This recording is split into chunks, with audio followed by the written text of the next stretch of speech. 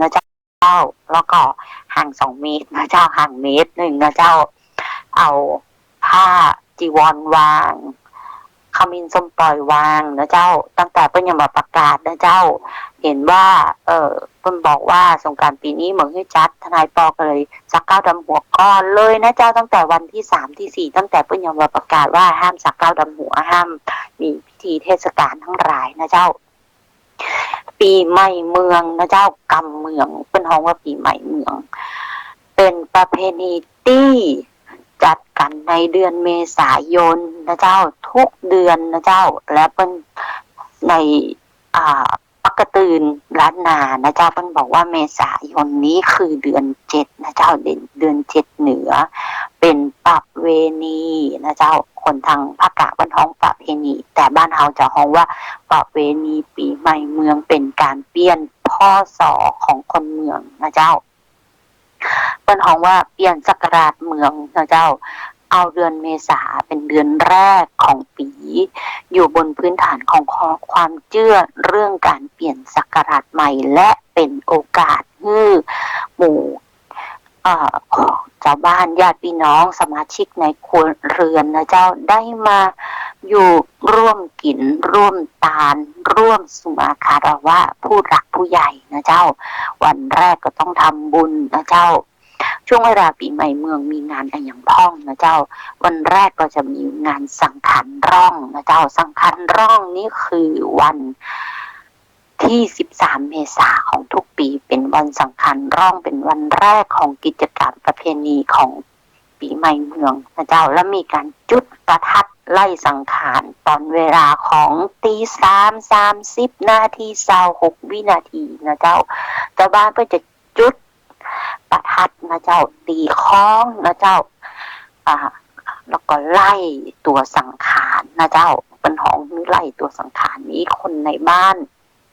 ก็จะทำความสะอาดบ้านนะเจ้าทั้งบนบ้านในบ้านล่างบ้านใต้ถุนบ้านศาลพระภูมิหิ้งพระนะเจ้าปากันแห่ขบวนเอาคันหามไปลอยน้ำนะเจ้าเอาดอกไม้ธูปเทียนใส่นะเจ้าขบวนสักขันร่องนี้นะเจ้าเอาดอกไม้ธูปเทียนใส่ต้นดอกต้นเตียนเป็นของวัดต้นสังขารนะเจ้าแล้วป้ากันแห่เอาไปลงน้ำเพื่อเป็นการสะเดาะเคราะห์นะเจ้าแต่ในทางพื้นที่นะเจ้าก็จะเตรียมเสื้อผ้าเอาที่เป็นตัวแทนนะเจ้าในแต่ละบ้านไปทำพิธีในวัดโดยพับเสื้อผ้าให้เรียบร้อยในสลุงหรือตะกร้าแล้วนำตวงนะเจ้าไปวางทับอีกทีทำพิธีในวัดนะเจ้าไล่ตัวสังขาร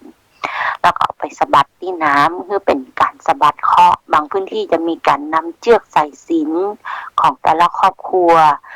มีกี่คนก็นำเชือกมา5 เส้นนะเจ้าจุดน้ำมันนะเจ้าไล่ตัวสังขารเผา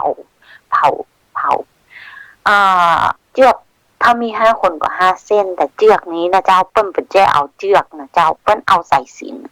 น์รับใช้วิธีว่าตั้งแต่ปลายมือจนถึงปลายมือแหนข้างนะเจ้าเหมือน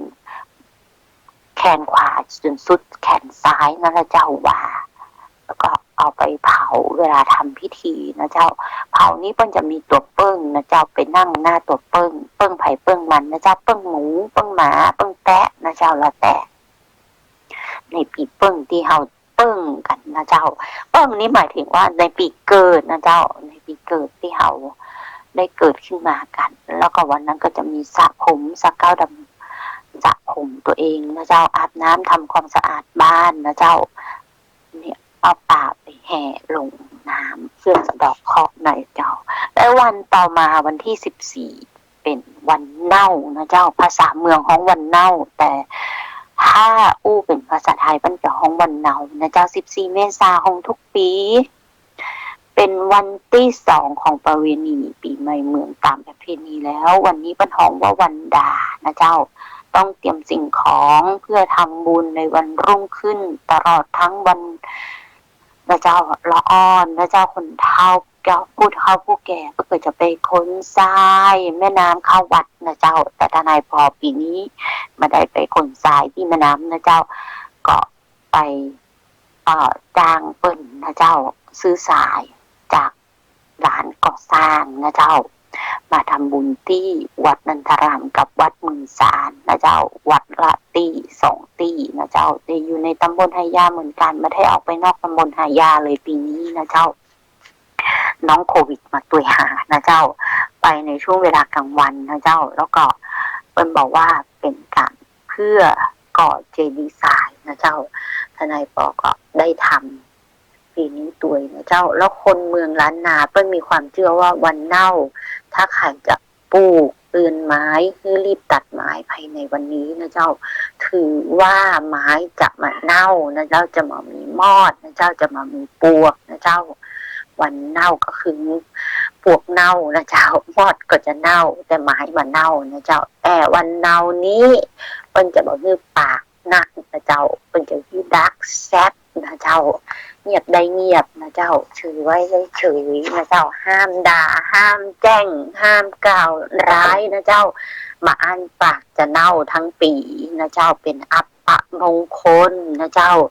คนบางคนนี่แบบสมควรอู้ตวยเลยนะเจ้าเป็นอัปมงคลต่อชีวิตผู้อู้แล้วเดือดร้อนนะเจ้าตรงนี้เชื่อว่าการดูแลลูกหลานในวันนี้จะทำให้เสียไปทั้งปีเลยนะเจ้าเพราะฉะนั้นดักไว้ดักนะเจ้า ก็ว่ากันไปนะเจ้าในวันเน่านะเจ้าเครื่องเราวันนี้เปิ้ลก็จะเตรียมดาเครื่องทำเต้าทั้ง4นะเจ้าเครื่องทำเต้าทั้ง4นี่ไข่บุพ่องว่าคืออะไรยังเต้าทั้ง4ก็คือสำหรับการขึ้นสุมาคารวะเทพบุตรเทวดาทั้ง4ทิศนะเจ้าขึ้นเต้าทั้ง4ตรงนั้นวันแล้วก็จะมีวันถัดไปแห่งวันที่15 เมษายนนะเจ้าวันพยาวันนะเจ้าวันพยาวันของทุกปีนะเจ้าวันที่3ของประเวณีปีใหม่เมืองถือเป็นวันที่เถลิงศพเปลี่ยนศักราชเริ่มต้นปีใหม่วันนี้ก็จะมีทำบุญทางศาสนานะเจ้าแต่เช้าเลยอุทิศกุศลเรื่องญาติพี่น้องผู้ล่วงลับนะเจ้าภาษาเมืองฮ้องว่าตานขันเข้านะเจ้าหลังจากนั้นนำตุงปักลงบนกองทรายนะเจ้าเอาตุงไปปักบนเจดีย์ทรายที่เราเอาบนทรายในวันสังขารล่องนะเจ้าแล้วมีการสุมาคารวะคนเฒ่าคนแก่นะเจ้าอยู่ร่วมพิธีเวียนปานเจดีย์ทรายปานชอดตุงปีใหม่นะเจ้าฟังเทศนาธรรมนะเจ้าตรงนี้ก็จะมีการสืบชะตานะเจ้าวันพยาวันนะเจ้าแล้วช่วงบ่ายสักเก้าดำหัวคนเฒ่านะเจ้าเพิ่นก็จะแห่กันนะเจ้าแล้วคนเมืองนะเจ้าเพิ่นจะทัดดอกไม้วันนี้นะเจ้าแล้วเพิ่นจะมีกำหนดด้วยนะเจ้านางสงกรานต์ทัดดอกไม้เองอย่างอีนะเจ้าเพื่อให้เกิดเป็นความมงคลแก่ชีวิตนะเจ้านิยมเริ่มต้นเรียนศาสตร์หรือศิลป์ต่างๆนะเจ้าในวันนี้นะเจ้าวันพยาวันศาสตร์ศิลป์ต่างๆมีอย่างพ้องกมลคาถาเจ้าสักยันอีนะเจ้าพิธีสืบชะตาคาถาสืบชะตาทั้งหมดทั้งมวลคาถาต่างๆนะเจ้าวันนี้วันพยาวันเป็นวันดีที่สุดนะเจ้ามีการไหว้ครูนะเจ้าหลายพื้นที่มีกิจกรรมเป็นท้องว่าแห่ไม้กำไม้สรีนะเจ้าไม้กำสีมหาโพธิ์นะเจ้าเพื่อสืบต่ออายุพระพุทธศาสนาและค้ำชูอุดหนุนให้แก่ชีวิตรุ่งเรืองนะเจ้าวันถัดไปเป็นวันปากปีนะเจ้า16 เมษายนของกุปีเป็นวันที่4ของประเวณีปีใหม่เมืองนะเจ้าเปิ้นว่าเป็นวันสำคัญในเทศกาลปีใหม่เมืองเป็นวันแรกของคนล้านนาที่จะมารวมตัวกันเพื่อทำบุญเสาใจบ้านนะเจ้าหรือส่งเคราะห์บ้านอาจจะส่งต่อด้วยวิธีสืบชะตาหมู่บ้านนะเจ้าพากันไปขอขมาดำหัวพระเถระผู้ใหญ่ตามวัดต่างๆนะเจ้ากุปีเกิดทนายปอก็ไปสุมาคารวะพระผู้ใหญ่กับพระหัววัดทั้งหลายนะเจ้าไปกับ วัดนันทรานะเจ้าบางปีก็ไปวัดของหมื่นสารบางปีก็ไปวัดของร่มเปิงบางปีก็ไปวัดไปหินนะเจ้าแล้วแต่ว่าจังหวะเวลาช่วงไหนนะเจ้าผู้นำชุมชนนะเจ้าบ้านก็จะไปสุมาคารวะผู้นำชุมชนกันนะเจ้าในตอนค่ำของวันปากปีวันที่16 เมษายนนี้ก็จะมีปูจาเตียนสืบชะตาลดเคราะห์อัพโชคนะเจ้าเพื่อให้เกิดความเป็นมงคลแก่ครอบครัวความเชื่อบางประการเกี่ยวกับวันปากปีล้านนานะเจ้าเปิ้นจะอย่างใดนะเจ้าวันปากปีล้านนาของคนเชียงใหม่คนภาคเหนือ7 จังหวัดภาคเหนือนะเจ้าเปิ้นจะฮื้อแกงมะนุนนะเจ้าจะกินและแกงมะนุนกันนะเจ้าไปตั้งไหนแกงมะนุนขายดิบขายดีนะเจ้าบอกว่าจะมะนุนยังได้ก็จ้างนะเจ้ามะนุนซุปนะเจ้ามะนุนดิบมะนุนคืออะไรยังนะเจ้าก็คือแกงขนุนนะเจ้าแกงขนุนเปิ้นบอกว่าจะเจริญก้าวหน้านะเจ้า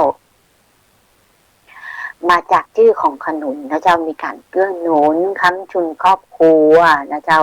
ครอบครัวเจริญรุ่งเรืองตลอดปีคนรั้นหน้าเพิ่งจะกินแต่แกงมะนุนในวันปากปีนะเจ้าบางทีจะมีการขึ้นเต้าทั้ง4ในวันนี้นะเจ้าก็ดาครัวในวันที่14กันแล้วก็มาขึ้นเต้าทั้ง4ในวันที่16กันนะเจ้าเต้าทั้ง4ตาทั้ง4มีอย่างพ้องนะเจ้าตาทั้ง4คือเทพ4 องค์อันหมายถึงเท้าจตุโรกบาลซึ่งปกครองรักษาในทิศทั้ง4นะเจ้ามีลักษณะเป็นเสาไม้มีไม้ขัดกันเป็น4 มุมแต่ละมุมจะมีใบตองที่ใส่เครื่องบูชาทั้ง4ด้านเรียกว่าควักนะเจ้าในถ้าควักคนเมืองก็มันใครเคยกินอะไรอย่างก็เป็นห้องโอ้ยติดอยู่ที่หิมปากกูบอกเป็นว่าควักนะเจ้าคนไทยห้องควักแต่เจ้าทั้ง4ในภาษาด้านหน้ารวมทั้ง4ด้านนะเจ้าด้านบนด้านล่างพื้นดินนะเจ้าอีกด้านหนึ่งก็คือบูชาแม่ธรณีนะเจ้าเชื่อว่าจะเกิดสิริมงคลต่อบ้านนะเจ้าการกระทำนี้เป็นการมงหรือแปลว่าบ้านที่อาศัยร่วมกันใกล้เคียงที่ไม่มีรั้วกั้นเหมือนเป็นวงเดียวกันถ้ามีรั้วกั้นก็จะถือว่ามงแต่ละมงจะมีเท้าทั้ง4อยู่นะเจ้าผู้ที่กระทำพิธีภาคเหนือเรียกว่าปู่จานหรือมัคคทายกนะเจ้าปู่จานนี่ก็คือจะผ่านการบวชเป็นพระภิกษุมาก่อนนะเจ้าแล้วมาเป็นปู่จานนะเจ้าในวันนี้จะมีการบูชาเตียนปีใหม่ช่วงค่ำขึ้นมาอีกเวลาเป็นพิธีกรรมในส่วนของครอบครัวที่จะทำกันในบ้านนะเจ้าพิธีกรรมดังกล่าวก็คือจุดเตียนบูชาบ้านเรือนหรือคนนั้นเรียกว่าตานเตียนปูจาพระเจ้านะเจ้าโดยเตียนดังกล่าวจะมีอยู่3 เล่มเตียนปูจารถเคราะห์เตียนปูจาสืบชะตาเตียนปูจาฮักโจกนะเจ้ามีการปลุกเสกโดยพระหรือปูจานนะเจ้าบางท้องถิ่นก็จะมีจากตามเตียนขี้สายเต้าอายุนะเจ้าการจุดเส้นไกเท่าจำนวน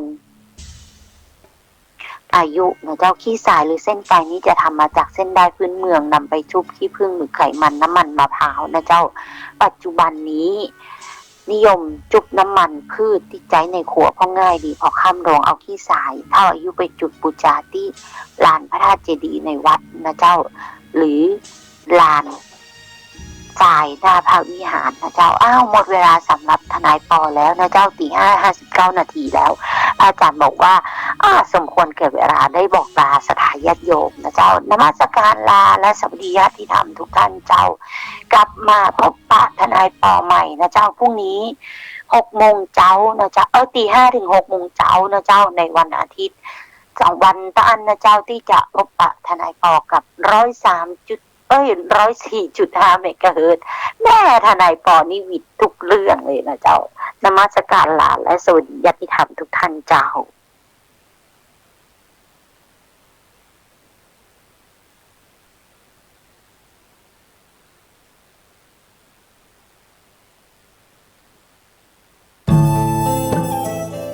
ท่านกำลังติดตามรับฟังสถานีวิทยุกระจายเสียงพระพุทธศาสนาแห่งชาติและสังคมคลื่นเพื่อการศึกษาพระพุทธศาสนาและวัฒนธรรมระบบ FM 104.5 เมกะเฮิรตซ์รายการต่อไปเป็นรายการมรดกธรรมกำเมืองดำเนินรายการโดยพระครูวิสิทธิ์ศรีลาภรณ์